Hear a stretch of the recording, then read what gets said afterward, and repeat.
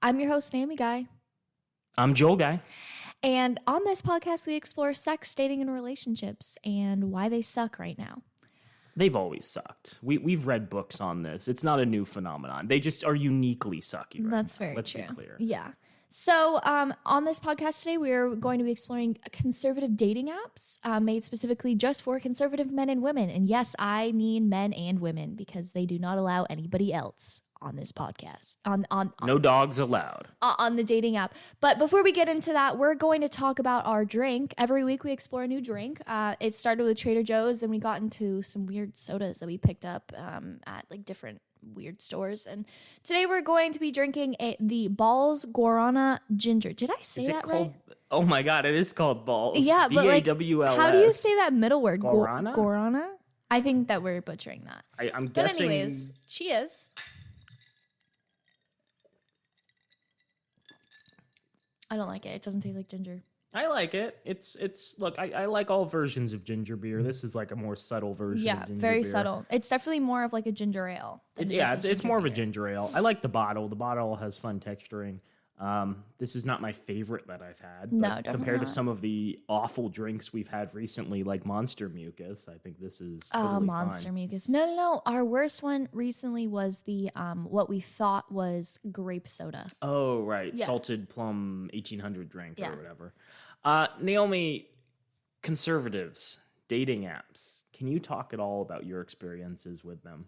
So I was on and off dating apps for over a year, I would say. And I had a large issue with people that would label themselves moderate but have very conservative views on things.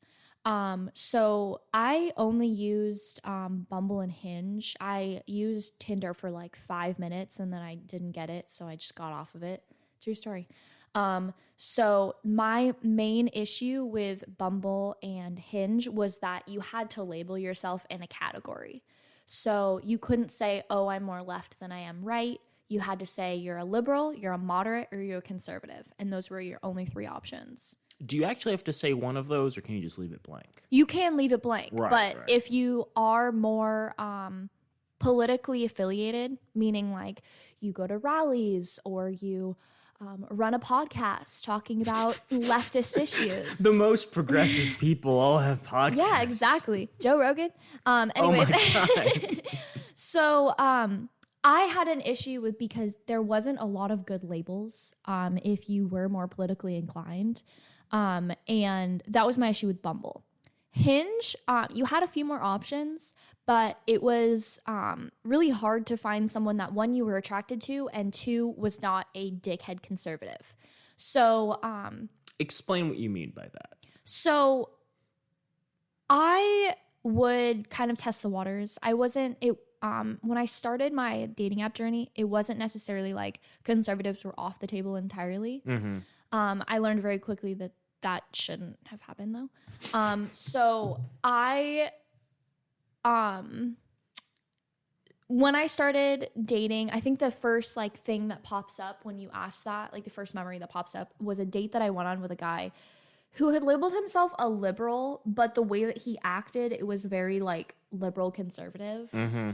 And so he was like, oh, well, hate Trump and go Bernie Sanders, and you know what I mean? But then at the end of the date, he was like, oh, you're too pretty to pay.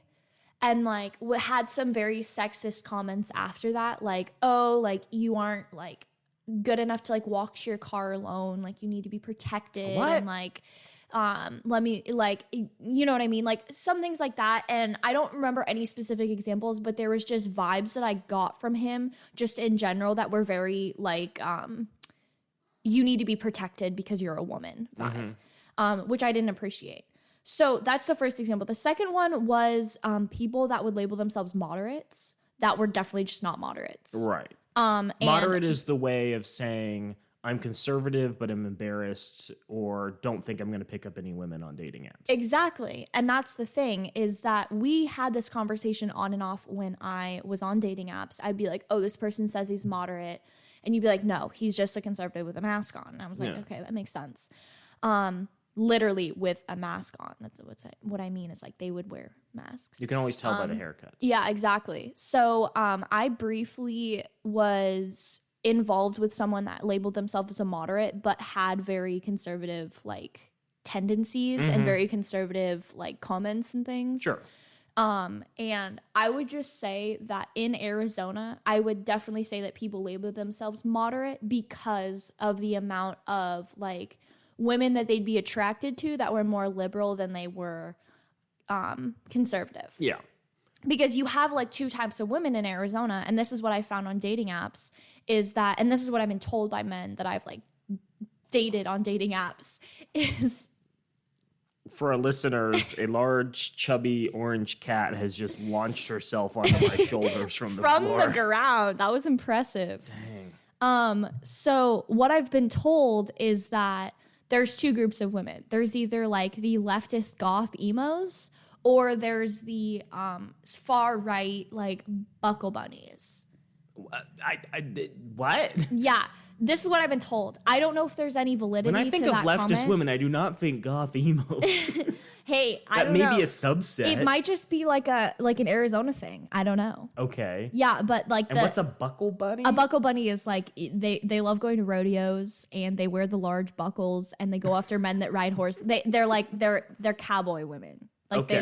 they Horse love them. girls. Yeah, no, not horse girls. That's a whole different subsect of. Then how can there only be two groups? So that's just what I've learned Okay. on being on and off dating apps for like a year and a half. I think it's interesting to note for our listeners that independents actually comprise the greatest like political affiliation in Arizona. There are more. I don't even know if you have to register as independent. There are more people who identify as independent in Arizona than there are who identify as Democrat or Republican. It's pretty close, but we're kind of a weird state where there's a lot of people who like say that they're quote unquote politically moderate, and that can mean so many things.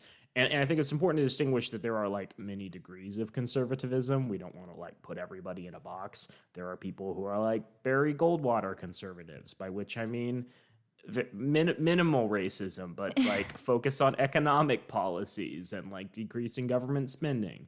And then there's people who are cultural conservatives who think that everybody of a certain skin tone needs to be locked up. Yeah. And obviously, like, we're broad brushing, but I think, unfortunately, Naomi's experiences and the experiences of women that I've talked to in my social circles is if someone calls themselves a conservative or even a moderate on a dating app, they're going to have some sexist views of women. They're going to have some problematic personality quirks, we'll say, in relationships.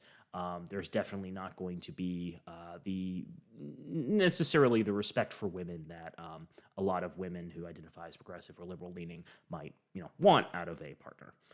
Would you feel that's fair? I would say that, and I say that in the sense that even when I've met people that like can label themselves like they're self-proclaimed leftists, I would say that they also sometimes have right-leaning tendencies. I don't think that like magically just because you call yourself progressive or leftist means you're a perfect human being. Please, we are very much talking about like how people think of themselves and then how that manifests. Yeah. And I think there can often be a gap between the two things. Mm-hmm. But one thing that we've discussed on this podcast before is the fact that conservative gentlemen and women have found it difficult to date in today's high-tension, high-stakes political era. Yes. A lot of women like yourself seem very interested in maintaining their reproductive autonomy. Yes. And for some reason get offended when they're talking to men on dating apps who say that they should not have bodily autonomy. Mm-hmm. And so in 2016, 2018, there were a series of articles that came out about dating as a Trump White House staffer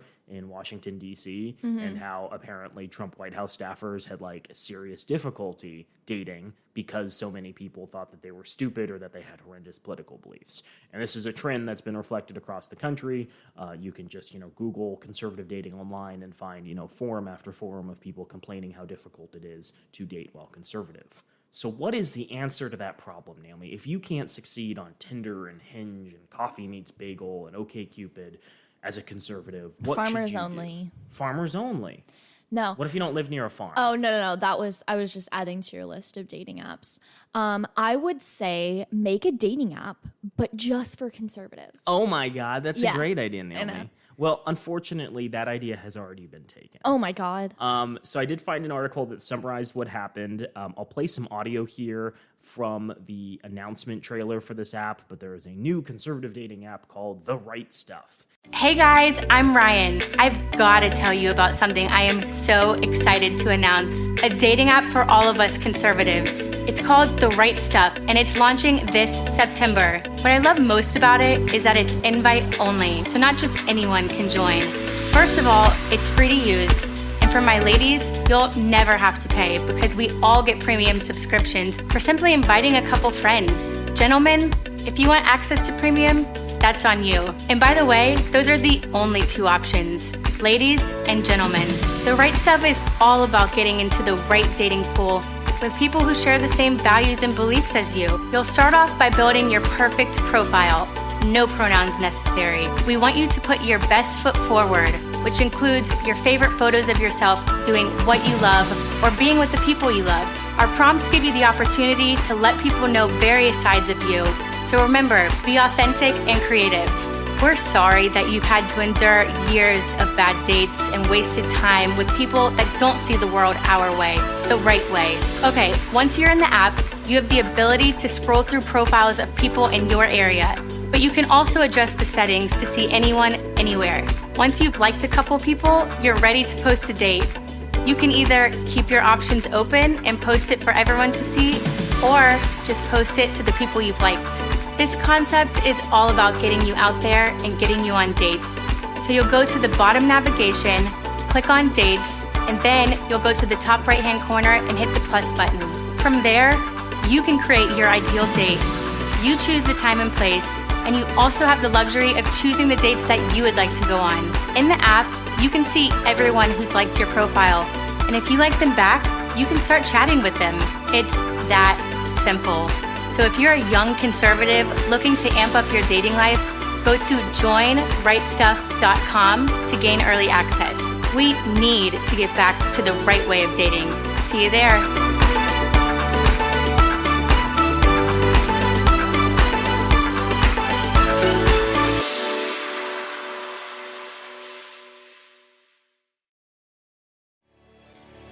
Today, we brought in a group of conservative young women and wanted to get their honest opinions about what they're looking for in the guys they date. What are you looking for in a partner? They just have to be a conservative. Definitely someone that wants to have kids. I like an independent man. Personally, I like the alpha male vibe. I want a man who really loves his family. Definitely someone whose faith is important to them. For me, it's someone who actually wants to meet my parents. Why do you want to date a conservative? For me, at least I know that we're going to start off with some shared values. Well, the conservative men I've dated at least know how to treat me like a woman. In my personal experience, conservative guys have better manners. I like that they understand their role in the relationship as a man. I just prefer my men to be masculine. And what's the biggest red flag when it comes to dating? A Democrat. No Democrats. A Democrat. Can't be a Democrat. A Democrat. That's easy, a Democrat. No Democrats. So no. Find the right match. Download The Right Stuff today.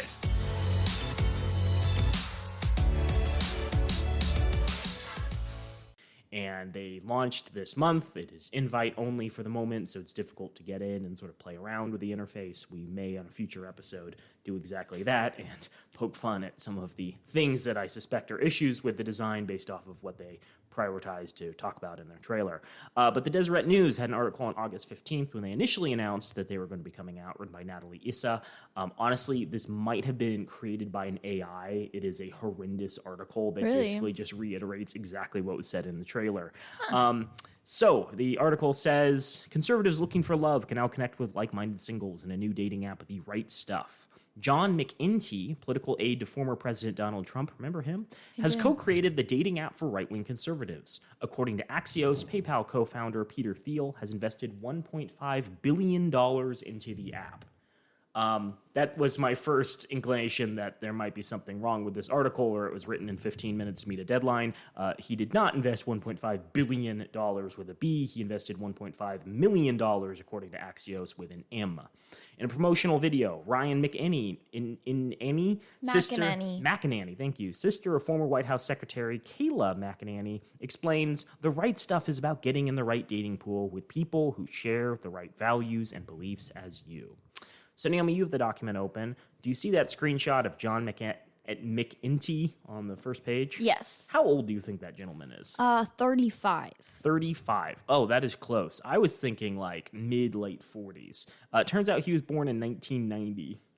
He is 5 years older than me. Okay, but the thing is about him, when you're looking at this picture, you see like, okay, he obviously looks older because he's got a little gray on his sideburns, but it's the hairline. Yeah. You got to look at the hairline. I don't know what happened because you look at all the photos from 2016 and he has like a full set of hair. He worked with Trump. That's he worked true. right next to Trump. Are you kidding me? I mean, look, it is a stressful position working in the White House, regardless of how much damage or good you're doing to the world. Exactly. One thing that's really fascinating is looking at pictures of presidents before and after their presidencies Yes. and how horribly they age Yes. in just 4 or 8 years. But let's talk a little bit about John McEntee. So he was born 1990. I didn't want to dunk too hard on him, but yes, I feel I look a bit better than this gentleman. But also, Naomi, if we're starting a dating app, look, we have 5 years to get it out. So McEntee is an American political advisor who served as director of the White House Presidential Personnel Office in the Trump administration. He began as a body man and personal aide to the president until he was dismissed by White House Chief of Staff John Kelly in March 2018. He had failed a security clearance background check and was under investigation by the Homeland Security Department for possible financial crimes relating to gambling. After Kelly was dismissed in December of 2018, Trump rehired McEntee and named him director of the Office of Presidential Personnel in February 2020. There's a couple of articles that are actual interviews with him. I think he did an interview with, might not have been an interview, it might have just been a write-up for Newsweek. I think he did one for churchleaders.com where he was discussing all the benefits of this dating app. But basically he said he was one of these staffers who had difficulty dating. He had this idea after he did a couple of apps in 2018 to 2020 about doing a conservative dating app, and he approached a gentleman named Peter Thiel, reclusive conservative billionaire, to help finance the app. We will get back to Peter Thiel later because Peter Thiel is a very interesting gentleman. And we're going to skip past a little of the content I have here to mention two things, Naomi. Okay. Did you know that The Right Stuff is already a website? I did not know. Oh, that's interesting. See, it turns out The Right Stuff is already a dating website. If you go to rightstuffdating.com, that is therightstuffdating.com, you find that it is a dating website which is, quote, an international introduction network for single graduates and faculty of a select group of excellent universities and colleges. It is civilized, manageable, and an affordable way to meet well-educated members of the opposite sex. So it's a dating app for people who are from like elite universities, Oxford, Stanford, Harvard. If you feel that the only thing that matters in a partner is that they have a fancy sheepskin with a fancy name on it, this is the place to meet people. Okay. The website also looks like it was designed in 1990, so I have no idea how old it is, but it already exists, and apparently they're filing a lawsuit because they're claiming trademark infringement. I wonder why. The other thing that a lot of people pointed out is that The Right Stuff is another website that exists that isn't focused on dating, and that is a neo-Nazi, Holocaust denial, and white nationalist conspiracy theory media website hosting a blog and discussion forum, as well as podcasts, including The Daily Show. That's SHOAH. I didn't read that in advance. I'm not sure if that is a slur of some kind. I'm sure it is. I apologize for whatever group I have just offended. I am attempting to reflect the horrible, horrible beliefs of the Right Stuff blog. Founded by American neo-Nazi and anti-Semitic conspiracy theorist Mike Pinovich, better known as Mike Enoch, the blog promoted the use of echoes, an anti-Semitic marker which uses triple parentheses around names to identify Jews on social media. Alex McNabb, a co-host of that podcast, was fired from his job as an emergency medical technician following violent and racist comments he expressed on the podcast. Much of the content is devoted to Holocaust denial, as well as denying genocidal Nazi policies against Poles, Russians, and other Slavic Untermenschen. To justify their denial of Nazi atrocities, TRS hosts promote the conspiracy theory that says the documentary record establishing the genocides was forged by unspecified Jews or agents of Jews. So Naomi, if I'm giving somebody $1.5 million to put together a dating app, I feel the first thing you should check is whether or not there are any other entities using the name of said dating app. And I feel that if you're putting together a business or startup of any kind, one of the first things you do before you attempt to launch is A, establish a trademark, and B, if you, for whatever reason, don't have the financial resources to do so, maybe do some quick Googling to see if there's any other entities that share your name. I completely agree, but I would also say that wasn't her sister, Kayla McEnany, wasn't she fired for like spreading misinformation? I don't know if she was fired. I thought she stepped down. Okay, well, no matter what, I think that she was like, because she was the White House, the press secretary for a while, and they went through press secretaries like nobody's business during that administration. But I'm pretty sure that she was fired for like either spreading misinformation or it was like some wrongdoing that she I feel you're thinking of Carrie Lake. Not thinking of Carrie Lake. Yeah, so she was the press secretary from 2020 to January 2021. So yeah, I don't think she stepped down or was fired at any point. She defended some absolutely important behavior, but I don't think she stepped down at any point. She did make a false early declaration of victory for Trump when ballots were being counted on Election Day in 2020. That might have been what I was thinking of. Yeah. But anyways, I would have to say that like this family, the McEnany family, doesn't have a really good reputation when it comes to politics. And so them getting into dating apps makes sense, but at the same time, they're trying to push this message of like, oh, we have to call it the right stuff because one, we're the right, and two, this dating app is right. And so, like, I don't know. It just, like, I think it's really stupid, but I also, like, it doesn't surprise me that, like, the right stuff is also a name of, like, a neo-Nazi website. It does seem like this is Ryan McEnany's first, like, foray into business. For sure, yeah. She claims she's, like, a advertiser, content creator on her Twitter, and I looked, and she's basically just retweeting objectionable, but not, like, insanely abhorrent stuff. There's a couple things on the Twitter that raised my eyebrows, but nothing that, I feel was worth bringing up, similar to, the Right Stuff blog. The one thing that she appears to be known for is a volleyball career. So yeah, it's just she knew somebody who knew somebody. She knew her sister who probably knew John McEntee, and he hired her as a spokesperson. For, all the critique I can give, we played the audio of the commercial that was launched. She's pretty well spoken. The commercial is just really weirdly cut. There's strange voiceovers in the second part, and then the way that it makes her look is very strange. It has an almost homicidal documentary feel in my mind, but maybe I'm not the target audience. So, Naomi, they're launching this app called The Right Stuff. Lots of people online have dunked on it. There have been some concerns raised by people who have logged on and making accounts. There are problems with it. And I wanted to talk a little bit about why dating apps specifically for conservatives, and this one in particular, might not work out like they think it might work.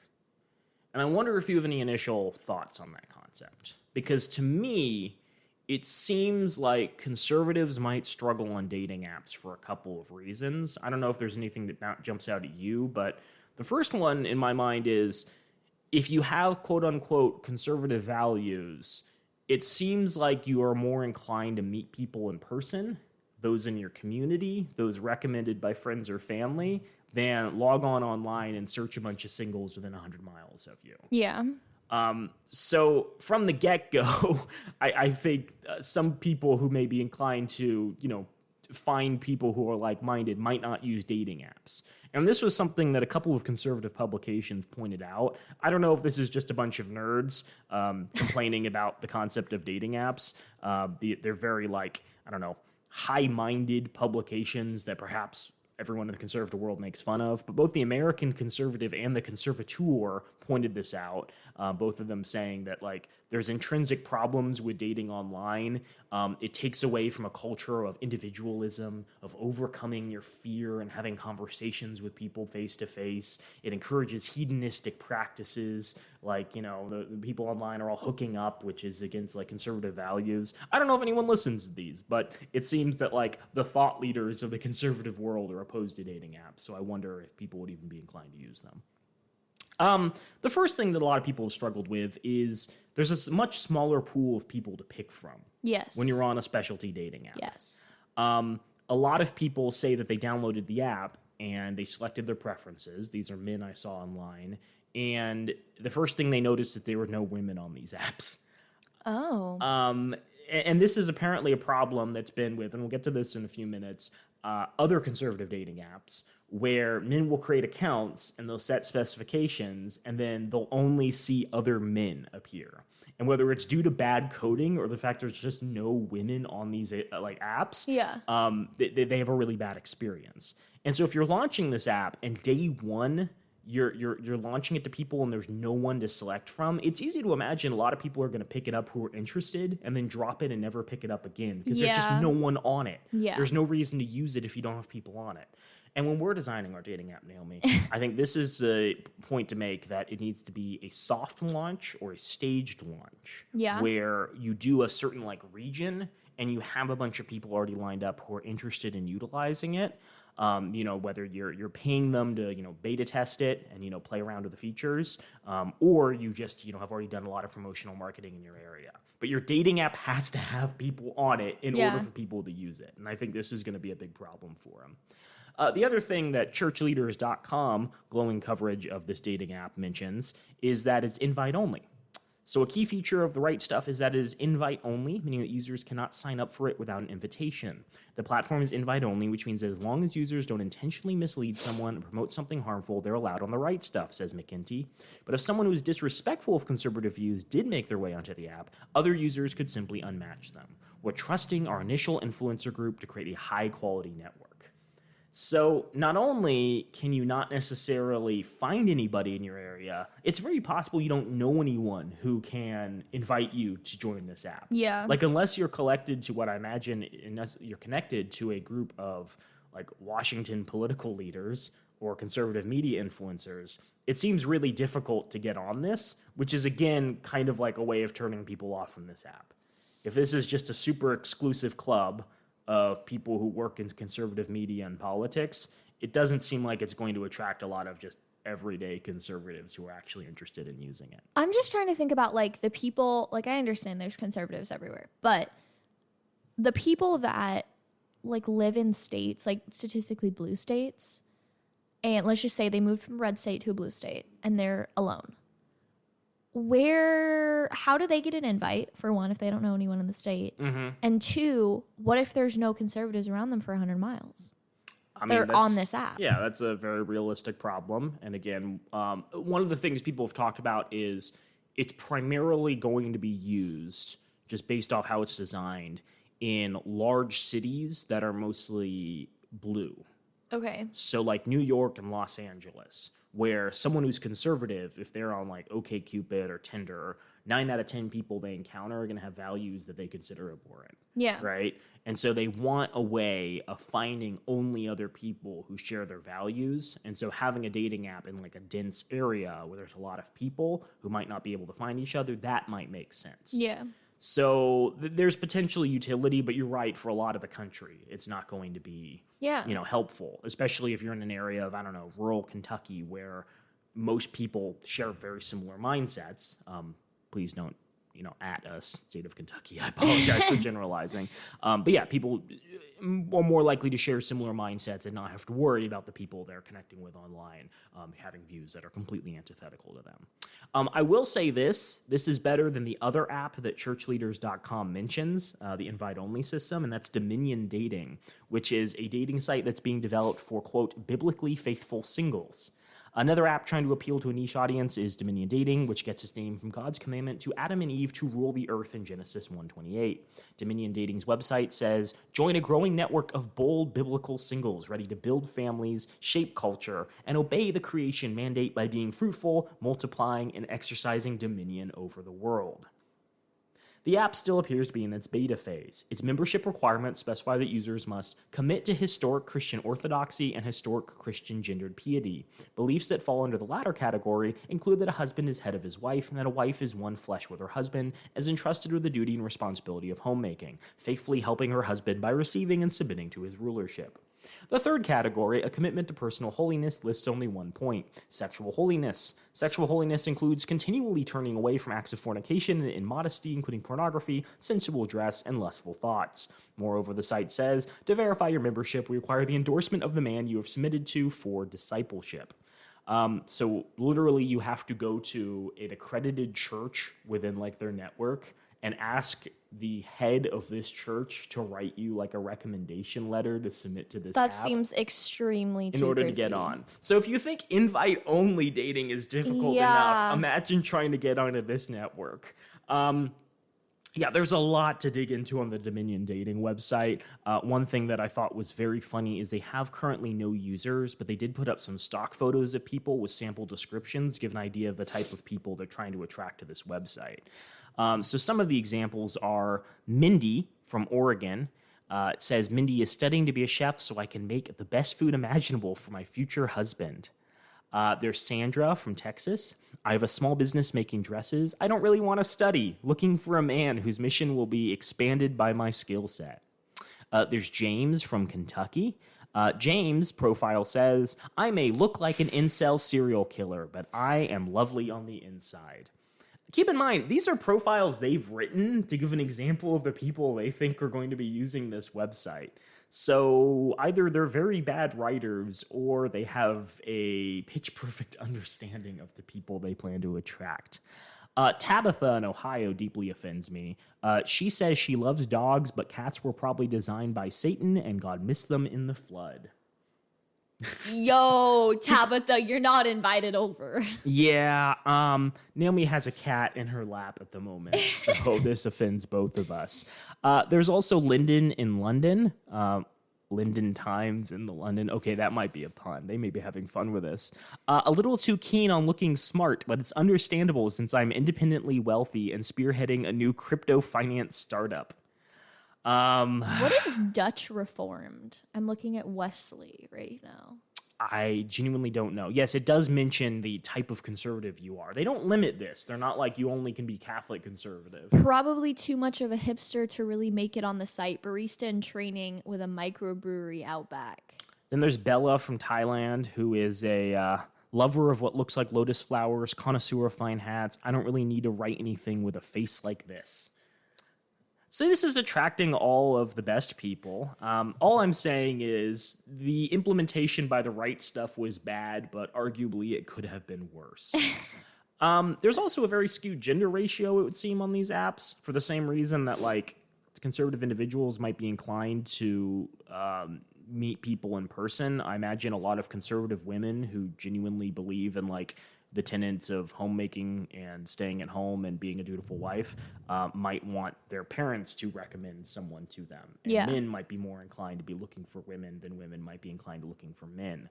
I believe it might have been in a Guardian article covering the right stuff. They mentioned that John McEntee reached out to a bunch of conservative women in Washington being like, hey, you want to join my app? It's designed for people like you. And several of them anonymously reported back, we thought it was just going to be a bunch of nerd White House staffers, so we have absolutely no interest in dating like Mitch McConnell's assistant. No. Yeah, so even conservative women are often fed up with conservative men. There is a feature that I think is designed to counteract that, which is women on these apps, because these apps are designed for, you know, traditional people, they get all of the premium features for free. I did hear that, yes. And I gotta say, that seems like a benefit. That certainly seems like a way of attracting in women. There is, however, another feature that gives me pause, and I don't fully understand this. So if someone can give us an invite to this app, we deeply appreciate it so we can better understand how it works. But the basic premise seems to be you can create date ideas as a woman. I think as a man, too. And the date ideas are like, I have 2 tickets to the Kanye West Biblical Revival concert. Okay. Who wants to come with me? And anybody you've liked on the app can like be like, oh, I'm free on that date. I can come, and you can select, from 5 to 10 people that you've liked who you want to go to on this date. Mm-hmm. I feel like this is both going to be exploited by women and by men in different ways. Men are going to use it to buy the affection of women on the app and stand out. Mm-hmm. So it's very much going to be a race to the bottom where like men are spending as much money as possible to come up with like cool, expensive date ideas. So that the women on the app are going to have a reason to go out with them. And women may join the app who may not be conservative just so they can get cool dates to like the Kanye West Biblical Revival spiritual or like concert. Steak 44 or something like that. Yes, like Tekashi 69. That is not what I was saying. No, Steak 44 is. Steak 44? It's a restaurant up in Arcadia. Yeah, so the idea that you can like create date ideas and then like invite people to take you on them is different, but I also feel that like it's designed also for scammers. If the whole idea is you can buy a date with someone, then that's how people are going to use it. Yeah. I don't know. If the right stuff, if you want to give us back-end access so we can test this theory and not spread slander, please contact datetheseguys@gmail.com. So let's talk a little bit about people who may want to use a conservative dating app but may be turned off by it. So gay conservatives exist, Naomi. Yes. There are gay conservatives such as Peter Thiel. Okay. The guy who financed the app. Yes. Who can't use the app. Because the app gay. is designed for men seeking women and women seeking men. Yep. This is interesting. We'll return to that thought in a second. But if you're ignoring gay conservatives, you're ignoring a lot of potential users. According to the Williams Institute, there were 9 million LGBT-identified individuals registered to vote in the 2020 election. 15% of those were registered Republican, which means that there's at least 1.35 million gay Republicans and gay conservatives in the United States, not including independents and not including people who are either too young to vote in that election or aren't registered to vote and don't participate. Right? So that's like a pretty sizable market that you're just completely cutting out. Maybe that means that people who are more traditional are going to be more inclined to use your app, but it also seems that people who are more traditional have options like Dominion dating. So not sure how they crunched the numbers and came to that conclusion. There's also groups like the Log Cabin Republicans, which are giant organized entities of gay Republicans who have some sway in conservative politics. You'd think that you could, potentially grow your dating app base from the get-go by having something that appealed to them, but what do I know about that? There's also the fact that a lot of conservative women have issues with their men.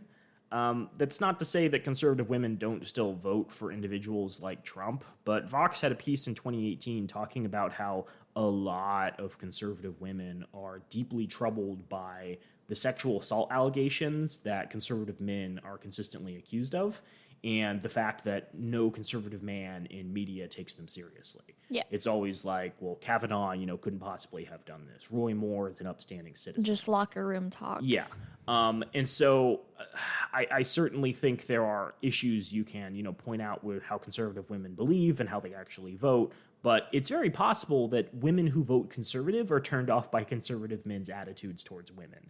And while they may enjoy things like access to a firearm in red states, or, not paying high taxes in order to, spend more money on pickup trucks and horses, I think it is still very possible that they may want to date people who identify, quote unquote, as more moderate or progressive simply because they don't find these sexist attitudes that conservative men may possess. There's also the fact that a lot of Black and Hispanic people identify as conservatives, and recent conservative policies have not been good for really either of those groups. Yeah. This is an ongoing issue where Republican thought leaders have pointed out for years that they're doing terribly with demographics that aren't white. There was a slight surge in Hispanic voters for Trump in the last election, but not enough to make like a significant difference. Well, that was because Trump was pro-life, and the vast majority of people that are that are Hispanic or of that, like, from the Central America, South America, are they Catholic. can be. I mean, we've seen very, very progressive candidates elected in South America in the last year. No, but what I'm saying is, like, the vast majority of the citizens that are coming have family that are Hispanic, the vast majority of them are Catholic. That's true, but keep in mind there have been several South American and Central American countries that have legalized abortion and overturned these policies recently. That is very true. So we don't want to put everyone in a box. We're just saying that there are demographic trends that would indicate these people may be more culturally conservative than not. And if Republicans were less offensive to these groups by calling all immigrants rapists, or, you know, saying that there needs to be, you know, tougher on crime policies and more people locked up for drug abuse, it's very possible these groups might be voting more for Republicans. But by the same token, you would think a conservative dating app might not necessarily have the appeal to these groups that these groups may want, simply for the fact that it's appealing to people who appear to have kind of mainline Republican views. It was designed by a Republican Trump White House staffer. So it seems unlikely to me that they're doing the demographic outreach they need to be successful. Call me crazy, but it feels that's where you might be successful. You're crazy. I'm a little crazy. No, I mean, like, when I did speech and debate in the 2010s, I recall in 2012, there was a post-election report where the Republican Party went through and was like, why did we do so poorly? How can we improve? We need to turn our prospects around. And one of the big takeaways was we're just absolutely failing when it comes to demographic outreach. What we need to do is tone down our illegal immigration rhetoric and focus more on bringing Hispanics into the fold of the party by, you know, utilizing the values that we share in common and pointing out, you know, how effective we can be for, you know, the Hispanic groups in America. And they kind of completely ignored that in 2016. Yeah. Trump kind of ripped up the playbook and went in a completely different direction. Well, that's because he started a whole other like a whole other political party, and it's just the Trump party. It's not conservative, it's Trump party. I guess one of the last things to get into is that, in my view, specialty apps might only work if they're connecting groups that have difficulty dating and recognize it as disqualifying, that they have some aspect that's disqualifying to a lot of people.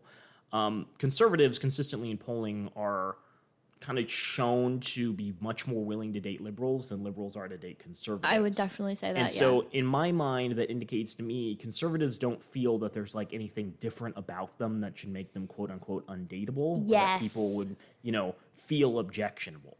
Now compare that to like apps designed for people really into fitness, right? If you care deeply about fitness, it makes sense to maybe date someone who shares your ideals and schedule dates around like working out. Yeah. Right? You wouldn't want to be dating someone, you know, who wants to sit on the couch and watch Netflix all the time if you know, are a bodybuilder or, you know, an athlete or like an Olympian. I'm not saying that these people can't. I'm just saying if that's something that's really integral to your identity, it's very possible you'd find a benefit in a fitness-only dating app.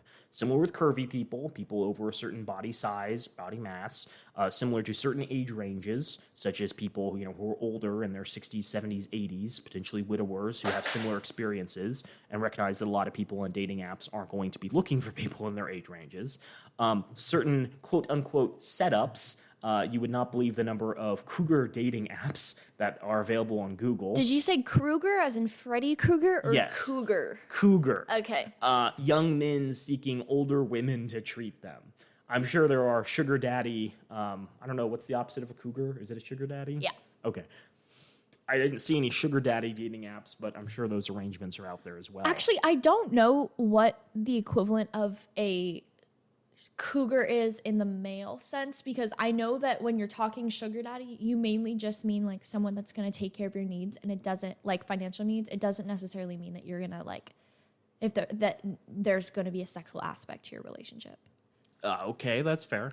There's also sites I saw when doing research for this that focus entirely on people who are herpes or like HIV positive. Okay. If you want to have a lot of sex with someone, but you have herpes or HIV, it's possible that people who are not well informed about those issues or don't want to bother with the potential inconveniences that come with it will be turned off and not want to date you. So it makes sense to have dating apps designed explicitly for these people to simplify the process of dating, right? It's much easier to have sex and empathize with individuals like yourself than it is to try to convince people that, they should date you if they already have biases towards your group. I've been told a lot that people who have herpes on dating sites, I don't know if it's the same with HIV, but people with herpes are very open about them having herpes right away. Sure. I'm not saying this is everyone, but there's been a common trend among people that I know that are on dating apps that are like, oh, I matched with someone who was very open about having herpes.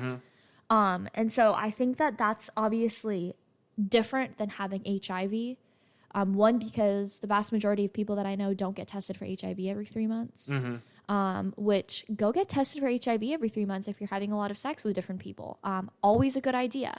It takes 3 months for HIV to reach your entire system. So it can be anywhere between 2 weeks and 3 months that HIV shows up on your STD tests. Moving away from that, though, I would say that the HIV can be kind of seen as, oh, I'm not going to date this person because they're going to die of AIDS because there's because of the stigma against STDs in this country because we don't have sexual education. That's totally fair. And let's be clear. I am not trying to say these people are less worthy of love, less worthy of being pursued, that these people inherently have some aspect that should be stigmatized. I'm saying the reality is these people probably face difficulties, and they can avoid a lot of them if they just join a dating app, which is for people who have exactly the same condition that they do. Yes. In the same way, someone in chemotherapy might find it beneficial to join a chemotherapy app. Or like a chemotherapy support group. Yeah. Where they find the love of their life. I've seen this 6 versions of this movie play out. Fault in Our Stars is one of them. Yes. Yeah.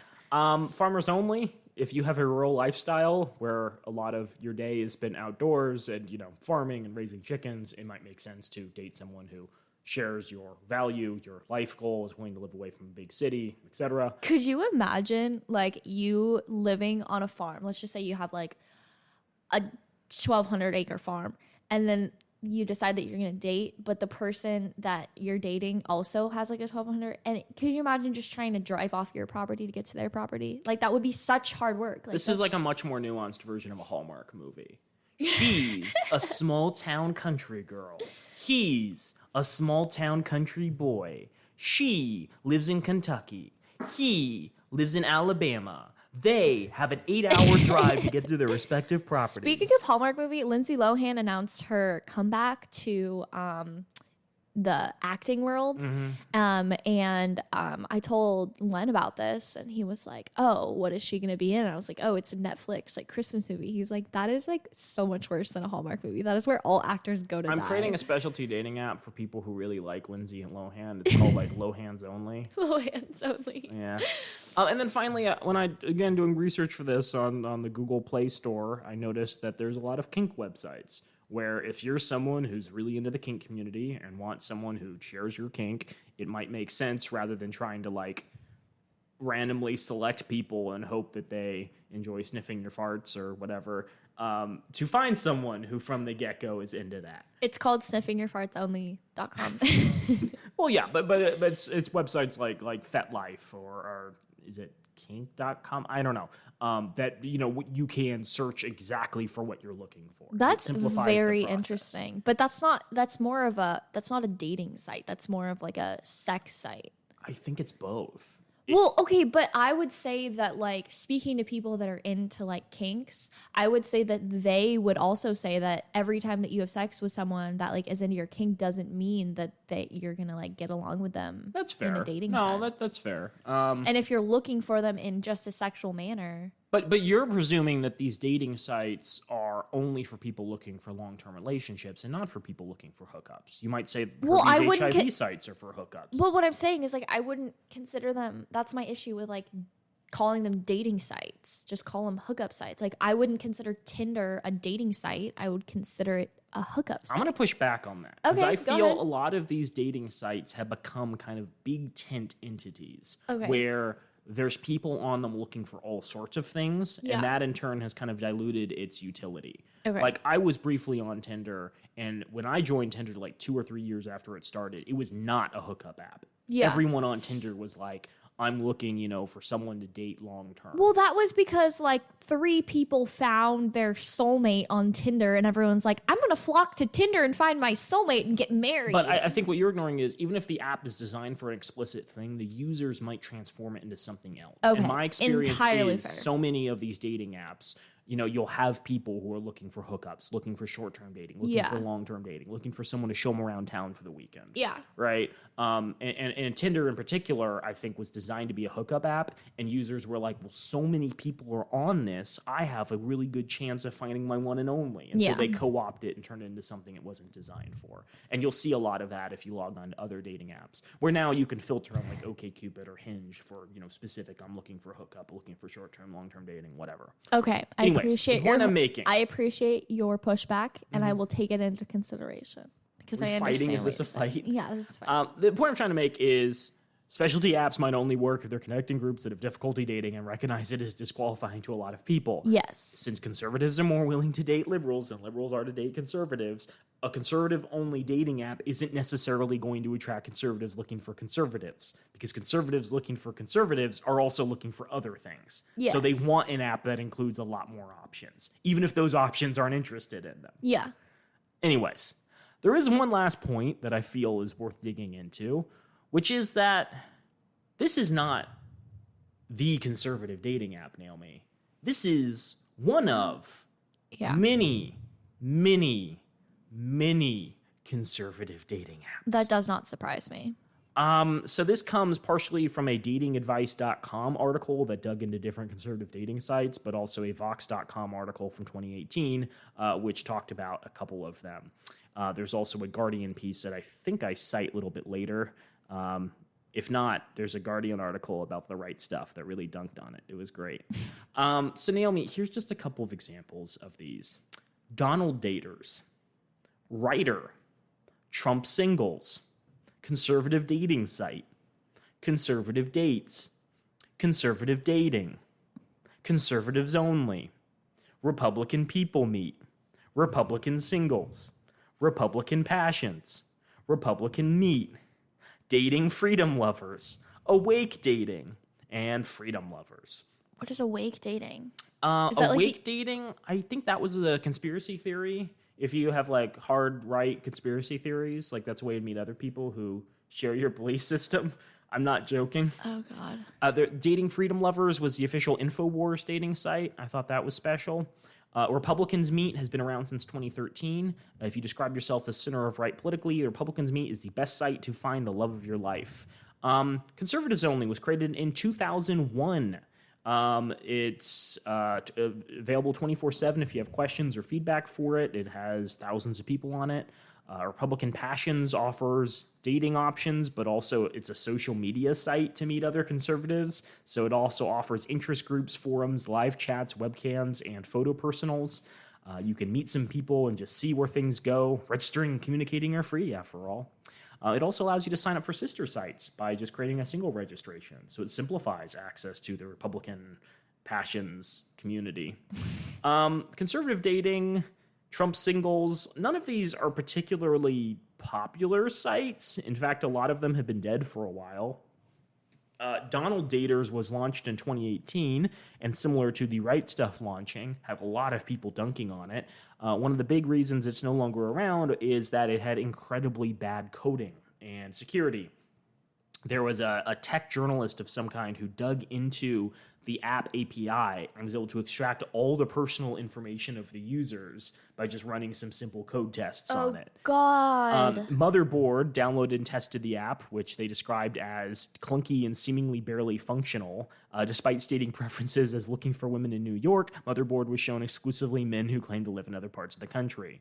The app allows users to post publicly as well, and there appear to only be a few posts. Personality questions on their profiles ask them things like what they are triggered by, and numerous things throughout the app are misspelled, or non-functional. So incredible stuff. Yeah, I went through the apps, and the ratings on them are just consistently horrible. Writer has 10,000 downloads on the Play Store and 1.2 stars. Trump Singles has 2.5 stars and 5,000 downloads. Conservative Dating has 100 plus downloads. None of these are particularly well-coded sites. A lot of people mention how no one uses the sites. A lot of people mention that even if the apps are indeed functional, you can only see a limited number of people before they ask for a monthly membership. So Donald Dating, for instance, only allowed you to see 10 people before you had to pay a $30 a month dating fee. So a lot of these are almost like scams designed to extract as much money as you can out of conservative people. That's not to say other apps don't do the same thing in the dating world. There's a lot of monetization, but if, again, the demographic you're appealing to is less likely to use the app and there's a smaller pool, you think you make it as easy as possible to get on it and then extract money from people later. I don't know. The two interesting things that I think stood out about these are, first, they're not as limiting as the right stuff. There are queer options you can choose from on most of these apps. You can be a man seeking a man. You can be a woman seeking a woman. You can be a man seeking a woman, woman seeking a man. It's not nearly as limiting as the right stuff, which to me just means it's more likely people would use it. But the other thing is, even the most popular of these did not stand up at all to the most popular dating apps currently available. So Bumble, for instance, on the Google Play Store has 10 million plus downloads. Hinge, 10 million plus downloads. OkCupid, 10 million plus downloads. Something called Hilly, 10 million plus downloads. Grindr, 10 million plus downloads. Plenty of Fish, 50 million downloads. Something called Boo, 1 million downloads. Tinder, 100 million plus downloads. Even, something like Lesbian Dating, Zoe Lesbian Dating had 1 million plus downloads. And all of them have consistently higher ratings. The lowest was Tinder with 2.9 stars, which I think is based on all the monetization that's happened. Yeah. But most of these are like 3.9, 3.5, 4.3, 4.8. 4.8 stars with 1 million downloads for Boo, which is a combination interest group meetup app. So like if you're really into anime, you're really into rock climbing, you can meet people in your area, and then an opportunity for dating. And I'm like, oh, that's really clever. That's a good concept. Yeah, it's also really cute. It has like a little cartoon ghost as its mascot. So Snapchat. Oh my God. Snapchat, please don't sue Boo. Boo's doing something. But then even the most specialty of dating apps consistently had more downloads than these. Millionaire Match, where you can meet millionaires, had 500,000 downloads. Let me get on that, though. Yeah. Herpes Match had 50,000 downloads. Fitify, the fitness app that I mentioned, 50,000 downloads. Woo Plus for curvy dating, 1 million downloads. The Cougar app for dating cougars, 1 million downloads. So like even apps that are kind of scraping the bottom of the barrel in terms of combining different groups and finding like incredibly niche selections for people still have consistently more usership, which I think supports my theory that conservatives might not be inclined to use specialty apps designed just for them and might want to meet other people. So none of this should be particularly surprising. Statista.com had an estimate from March 2021, that there are going to be over 51 to 53 million people looking for love online each year, starting this year and only increasing over time. Damn. And the amount of money to be made from these people is increasing as well. So obviously I think you're going to see more apps trying to get in on the potential, revenue they can extract from users. The question is, though, are people actually going to want to use an app that's this designed, that has this many problems, that does not seem to have this much support from an equal number of women and male users? So the question I have for you, Naomi, is why would Peter Thiel, reclusive, weird, conservative tech billionaire, give John McEntee $1.5 million to design an app? Is Peter Thiel a complete idiot? I'm going to say no, because he's the main backer behind this app. I believe so. I couldn't find any other information about anyone but him. Business deal. That's all I'm thinking. Like a way to make money, because it's either that or the fact that like conservatives think that they are this like small subset of like shunned people from society. Expand on that. Okay, so I had to sneeze. It's gone. There's this sort of mindset among conservatives, and I don't know if it's like widely known or widely thought of among all conservatives, but there's a sense of, oh, because we like Trump, we don't have the same opportunities because people look down on us for liking Trump. Possibly. Yeah, I think that ties into what I'm talking about. I do find it interesting that as a gay person, he can't even use the apps he's sponsoring. But I have something of a theory. Okay. So the New York Times had a profile piece on Peter Thiel back in February of 2022. This was written by Ryan Mack and Lisa Lehrer, who cover the intersections, quote, of technology and power. So it was talking about how Mr. Peter Thiel, who became known in 2016 as one of the biggest donors to Mr. Donald Trump's presidential campaign, has reemerged as a key financier of the Make America Great Again movement. After sitting out the 2020 presidential race, the venture capitalist this year, 2022, is backing 16 Senate and House candidates, many of whom have embraced the lie that Mr. Trump won the election. To get these candidates into office, he has invested more than $20.4 million. This makes him and Kenneth Griffin, the chief executive of the hedge fund Citadel, in a tie as the largest individual donors to Republican politics this election cycle. What sets his spending apart, though, is a focus on hard-right candidates who traffic in the conspiracy theories espoused by Mr. Trump, and who cast themselves as rebels determined to overthrow the Republican establishment and even the broader American political order. These campaigns have raised millions in small-dollar donations, but his wealth could accelerate the shift of views once considered fringe and mainstream, while making himself a new power broker on the right. The candidates he has funded offer a window into his ideology. While the investor has been something of a cipher, he is currently driven by a worldview that the establishment and globalization have failed, that current immigration policy pillages the middle class, and that the country must dismantle federal institutions. He started articulating his thinking publicly, recently headlining at least 6 conservative and libertarian gatherings where he criticized the Chinese Communist Party and big tech companies and questioned climate science. He has taken issue with what he calls extreme dogmatism within establishment institutions, which he has said that has sent the country backwards. At an October dinner for the Stanford University for the Federalist Society, he spoke about a deranged society that completely deranged government had created, according to a recording of the event obtained by the New York Times. The United States was on the verge of a momentous correction. My somewhat apocalyptic, somewhat hopeful thought is that we are finally at the point where things are breaking. So Peter Thiel believes strongly that we are on the cusp of a great transformation of U.S. politics and has been giving considerable amounts of money to people that he thinks support his views. We've discussed this on the podcast today and before, that conservative people have difficulty connecting with other conservative people online. Yes. It seems to me that unless they're able to find partners who share their views, they may back up and revise some of their views, or at least tone down the most objectionable parts of them in order to appeal to more people. People who are formerly very hardline on abortion may be like, okay, I can understand that there are certain cases where abortion should be allowed.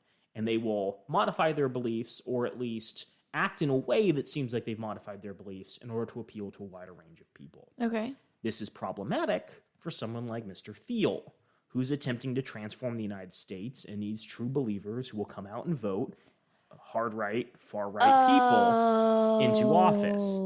So this may be a long shot, but my guess is Peter Thiel is sponsoring apps like this and likely others to connect conservatives and get them believing that they, are correct, they don't have to modify any of their beliefs, that they're perfectly fine, adequate beliefs that everyone who's common sense and rational will understand. And by doing so, we'll be able to transform the United States the way he wants. $1.5 million, it's an investment, but not a big one for a multi-billionaire like himself. If he throws, $1.5 million at a couple of different opportunities and only one of them succeeds, he's been able to make a pretty big impact. And I'd argue, compared to throwing $20.4 million at a bunch of candidates who may or may not win their elections, including Blake Masters in Arizona, running against Mark Kelly, he probably has a better opportunity to invest a relatively small chunk of change into a dating app and see how that turns out. He wasn't born in the United States. He was born in Germany. I did not know that. Yeah. It makes sense, though. He's 54. What a cool dude. And he's also married, so that's probably why he doesn't want to be on the app. It's interesting to me. How do I articulate this? When you read up on queer history, and, I have a couple of books that really dig into queer history.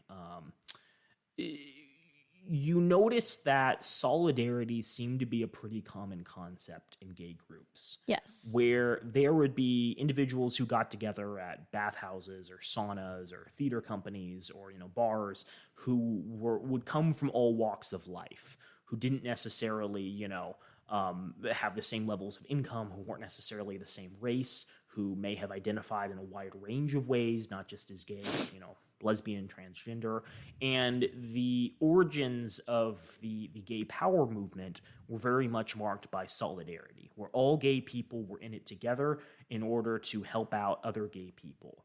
And a lot of the earliest gay icons in the United States seemingly to an extent shared that value, where they attempted to use their platforms to promote the idea that gay people were normal human beings, nothing different about them besides their sexual preferences. They could fit naturally into society. They weren't creeps and pedophiles, as media wanted you to think. And to an extent, that seemingly has been lost ever since gay marriage was legalized. Yeah. Where there's now a group of very wealthy, outed gay men who use their power and influence to arguably make life harder for other gay people, who don't think of themselves as part of this group that struggles in order to get representation and equality before the law, and willing to throw a lot of money at conservative candidates to make more money in the long term, while not thinking about how so many conservative people want to outlaw gay marriage in their states. You can't teach it in schools. You can't have gay teachers at all. You can't, give gay people the same insurance benefits or healthcare benefits in our institution, and that's going to be allowed. And that's frustrating. I think that's evil to an extent, but also ignores the contributions of people who created a society in which someone like him could thrive. That said, Peter Thiel could also be someone who might not necessarily want to be gay, who feels it's an inconvenience and how it stood in the way of him finding even greater success on the financial stage. That's he considers it fair. a relatively minor part of his identity, and if possible, he would eradicate that from himself so he could focus entirely on monetizing and destroying the world with great companies like Palantir. Anyways, don't want to get too far off track, but the point I'm trying to make is this conservative dating app seems to be set for failure. It doesn't have a lot of features that a lot of people consider important. It may not be able to attract a lot of conservative women, and a lot of people may not use it as a result. But hey, it's a relatively small investment in order to win the conservative culture war, and that is likely why Mr. Thiel is giving money to John McEntee. John McEntee is going to do something really funny. Besides losing all of his hair, he's going to run off with all the money and commit more financial crimes.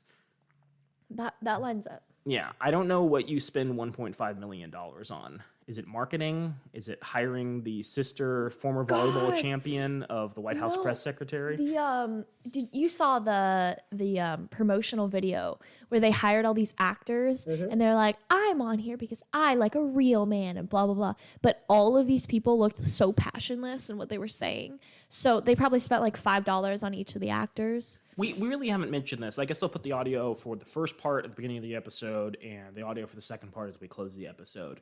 The second video is interesting because, they bring on people, all body sizes, all races, but, younger women in their 20s to 40s to talk and, promote this app. And most commercials have, like, real people, not actors, at the start or end of the commercial. This does not. Well, they don't have any women on the app yet, so that's their issue. That's a problem. Yeah. All I'm saying, Naomi, is we could make our own dating app. Not for conservatives. For dog lovers. For cat lovers. For cat lovers. For people who think that cats were created by God Yeah. and have no opinions on dogs and think that Satan's actually pretty cool. That lines up. It all lines up. Yeah. Well, Joel, I think it's time to wrap up this episode. Another great week. Another great episode. I do want to play around with the app a bit if we can get our hands on it. Yeah. If anyone, for whatever reason, we don't care, has access to the app and can send us an invite, we'd be deeply appreciative. We would give you a shout out and or endorse your political views on our platform. I'd make Naomi read a prepared statement. I would read that prepared statement. Excellent. Thanks so much, y'all. You enjoy your week. Bye.